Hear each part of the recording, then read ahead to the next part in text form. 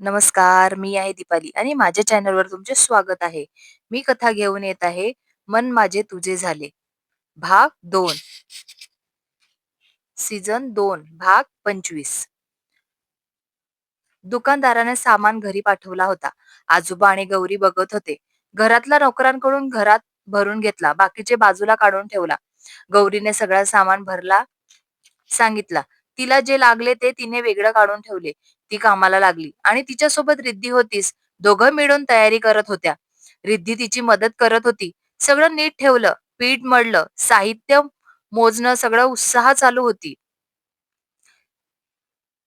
Rocky घरी निघून गेला होता. त्याच्या रूममध्ये गेल्यावर बेडवर बसला. गौरीचा विचार करत होता. त्याच्या नजरा सतत गौरीवर खिडल्या होत्या. तिला किती काम करावं लागतं. ती माझी असती तर तिला काहीच काम करावं लागलं नसतं. तिला माझी कशी बनवू? काहीतरी करावं लागेल. तो मनातच विचार करत होता. उद्या ती ऑफिसला येईल तेव्हा तिच्याशी बोलतो. असं मनाशी ठरवताच त्याच्या आईने त्याला आवाज दिला आणि तो मनाविरुद्ध तिकडे निघून गेला. थोड्या वेळाने मंदार घरी आला. गौरी अजून फराळाच्या तयारीत व्यस्त होती. त्याने तिला पाहिलं आणि काही न बोलता थेट त्याच्या रूम मध्ये गेला. सरिताने नोकरांना चहा आणि कॉफी बनवायला सांगितलं. थोड्या वेळात सगळे घरी आले. गौरीने तेवढ्यात लाडू करायला घेतले. मंदार पुन्हा तिच्या जवळ आला. गौरी, झालं नाही का अजून? आज किती काम केलंस तू? दमली असशील ना? दिवसभर हेच करत होतीस का? मंदारने प्रेमाने विचारले. दुकानातून सगळं सामान आलं. ते आधी नीट ठेवलं. आता लाडू करायला घेतले.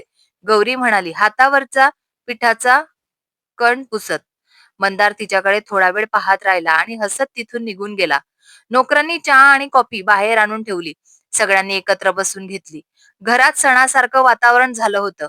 थोड्या वेळाने गौरीने लाडू बाहेर आणले. सगळे लाडू करायला बसले. आजी, आजोबा, सरिता, रिद्धी, साहिल आणि गौरी सगळ्यांच्या चेहऱ्यावर आनंद होता. साहिल तर मस्तीच्या मूड मध्ये होता. वहिनी बघ ना, माझा लाडू गोल झाला आहे आणि हे रिद्धीचा बघ काहीच होत नाहीये. साहिल म्हणाला आणि सगळे हसू लागले. वहिनी, मी एक लाडू खाऊ का? साहिलने थोडा खोडकरपणे विचारलं. गौरी हसली. थांब, आधी थंड होऊ दे. पण काही क्षणाने तिने एक लाडू काढून ठेवला आणि म्हणाली, हे घे तुझ्या. साहिल आणि रिद्धी लाडू घेतले. वाह, वहिनीच्या हातचा लाडू म्हणजे काय सांगू, साहिल म्हणाला.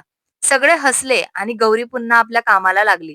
तिच्या चेहऱ्यावर समाधान आणि डोळ्यात सणाचा आनंद झळकत होता. क्षणभर गोड वास दरवळत होता आणि त्या गोड वासासोबतच प्रत्येकाच्या मनात दिवाळीचं सुख उजळलं होतं. सगळ्यांनी लाडू घेतले. गौरीच्या हातच्या लाडूची सगळे प्रशंसा करत होते.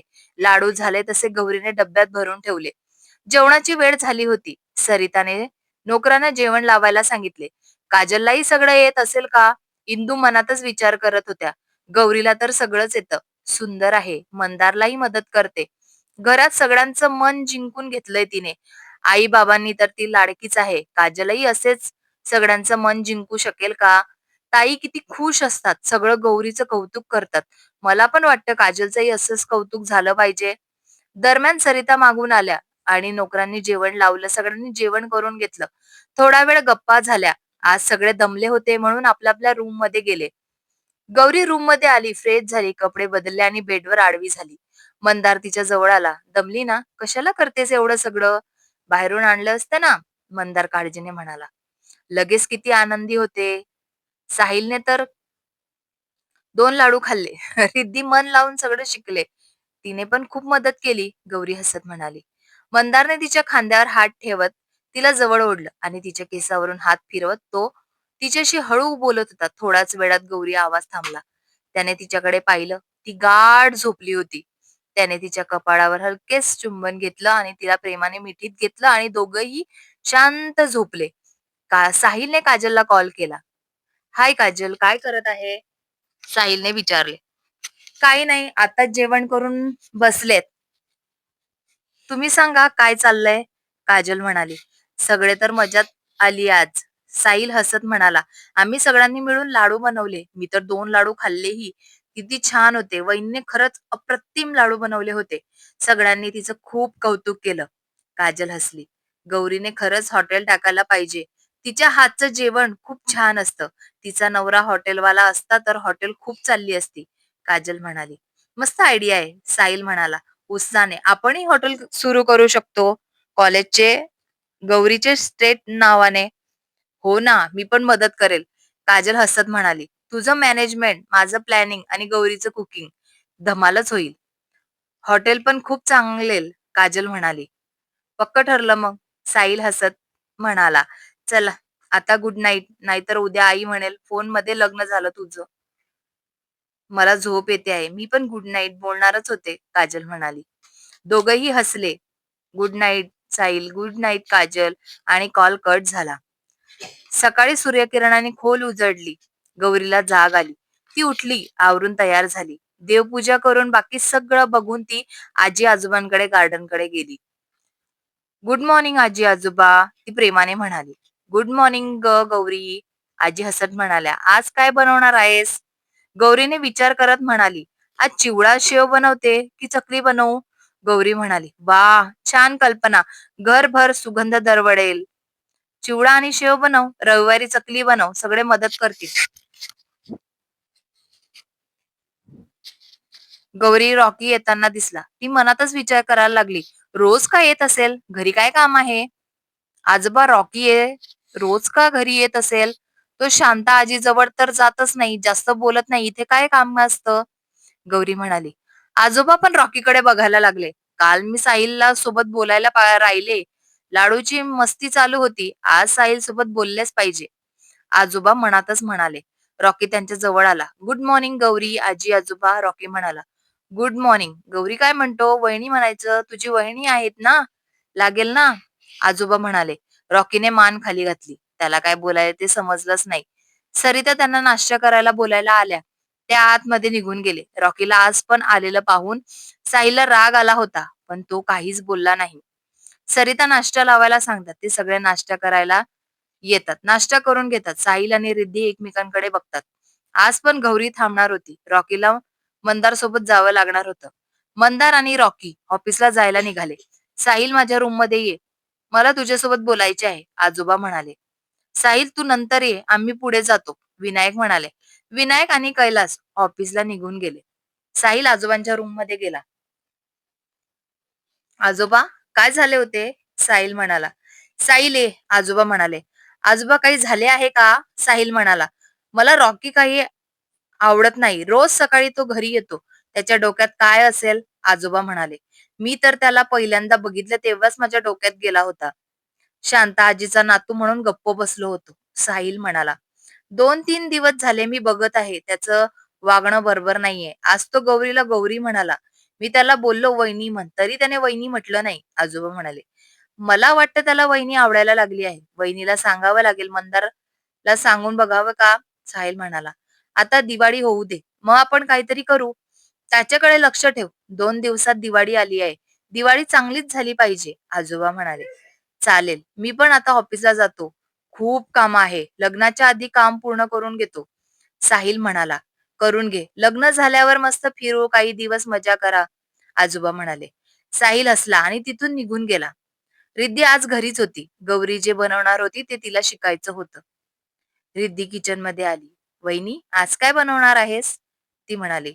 आज चिवडा आणि शेव करणार आहे. तुला शिकायचं आहे का? गौरी म्हणाली. मला तू बनवतेस ते सगळं शिकायचं आहे. तुला जे येतं ते मला सगळं शिकव. ती म्हणाली. जे मला येतं ते सगळं शिकवेल, गौरी म्हणाली आणि चिवड्याची तयारी करायला लागली. साहिल ऑफिसला निघून गेला. मंदार ऑफिसला पोहोचला. स्टाफ गुड मॉर्निंग विश करून आपल्या कॅबिन मध्ये गेला. मंदार खुर्चीवर जाऊन बसला. रॉकी रोज घरी येतो. ऑफिसमध्ये त्याला थांबायचं नसतं. आधी तर आमच्या कॅबिन मध्ये सारखा येत होता. गौरी आणि त्याच्यासोबत बोलत होता. काल लवकर निघून गेला. आज तर ऑफिसलाच आला नाही.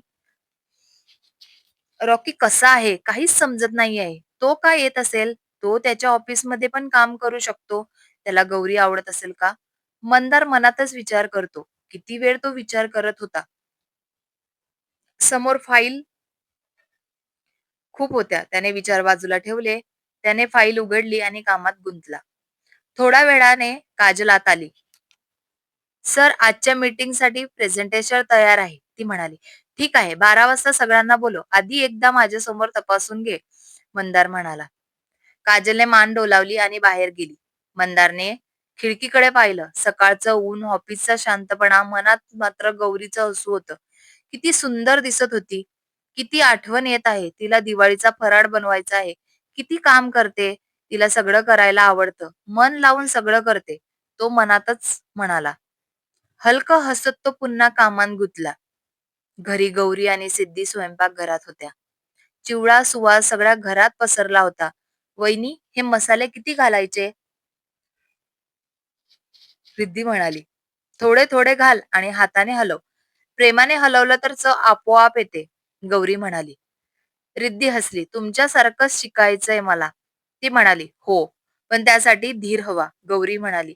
तिला हलकं गालावर थोपटत हसली. "वहिनी, काम करताना किती मजा येते ना. मी आधी कधीच किचन मध्ये आले नव्हते. मला काहीच बनवता येत नव्हतं. आता थोडं थोडं तुमच्याकडून शिकत आहे." रिद्धी म्हणाली. "मला पण आधी काहीच येत नव्हतं. आई-बाबांनी खूप लाडवले होते.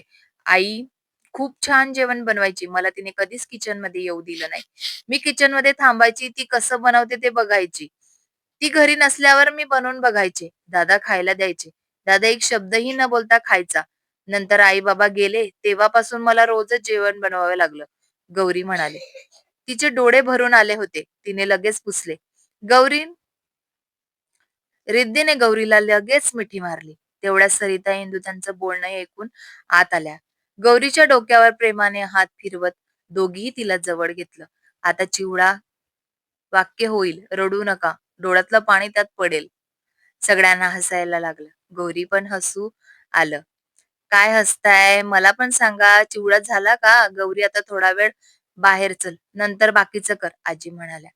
सरिताने चहा करायला सांगितला. त्या बाहेर निघून गेला. गौरी ते सगळं बाहेर घेऊन बसते. शांत